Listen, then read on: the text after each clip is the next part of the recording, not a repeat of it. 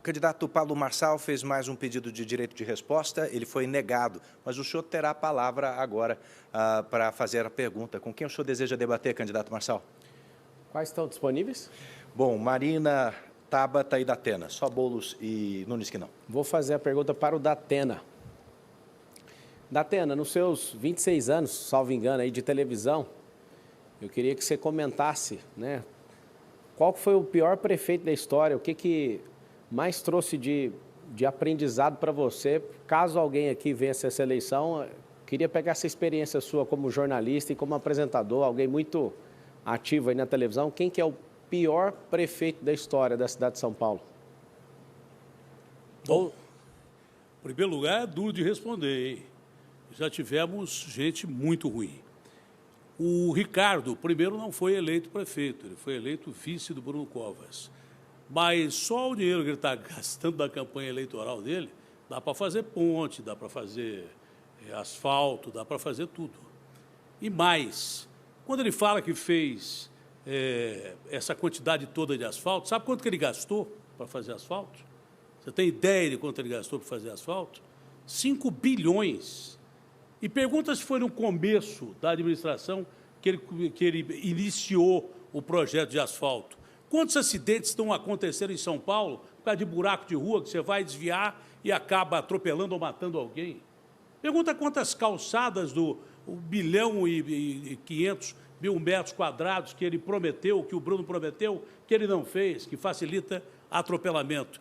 O Ricardo pode não ser o pior prefeito, mas ele está ali, porque está prometendo coisas que não vai cumprir.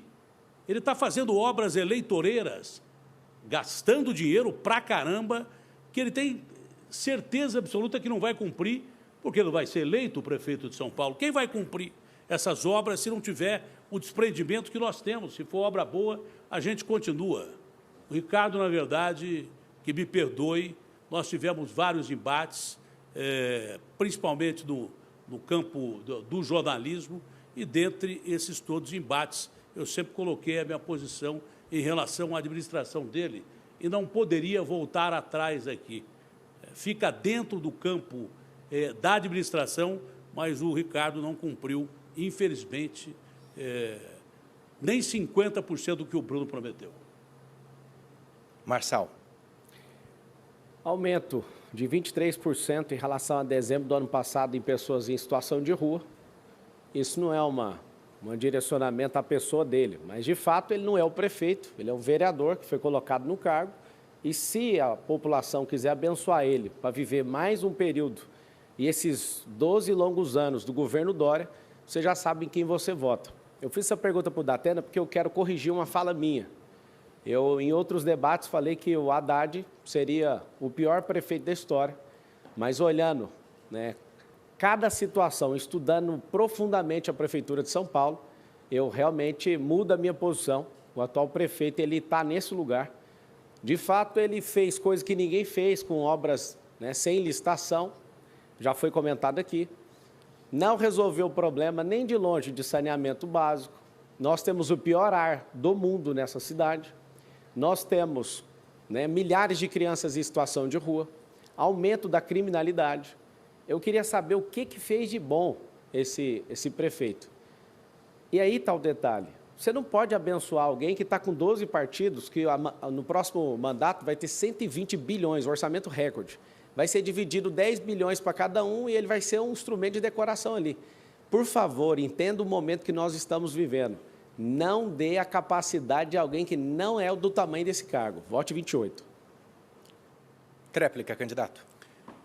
Olha, o Ricardo não está investigado nem indiciado, e isso é verdade, na infiltração do PCC dessas companhias de ônibus. Mas há muito tempo a cidade inteira fala, todo mundo diz que tem PCC dentro dos ônibus. Será que o Ricardo nem imaginava isso?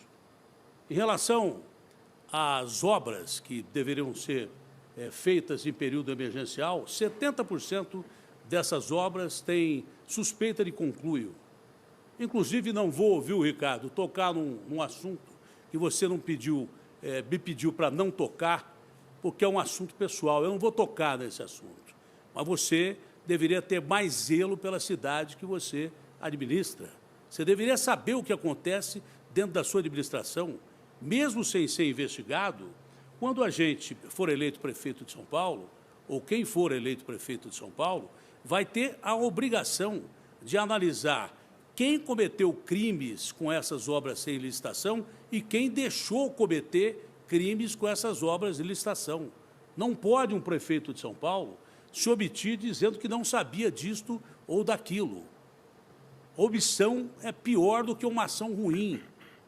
Nada melhor do que você aceitar a situação, pedir investigação, como de fato você pediu dos ônibus, mas dessas obras há suspeição de conluio e não se sabe quem deixou esses bandidos entrarem no meio dessas licitações emergenciais, com empresas que, de repente, não tem ninguém trabalhando, que tem carros que são contratados, mas não tem ninguém para dirigir, e coisas que tais.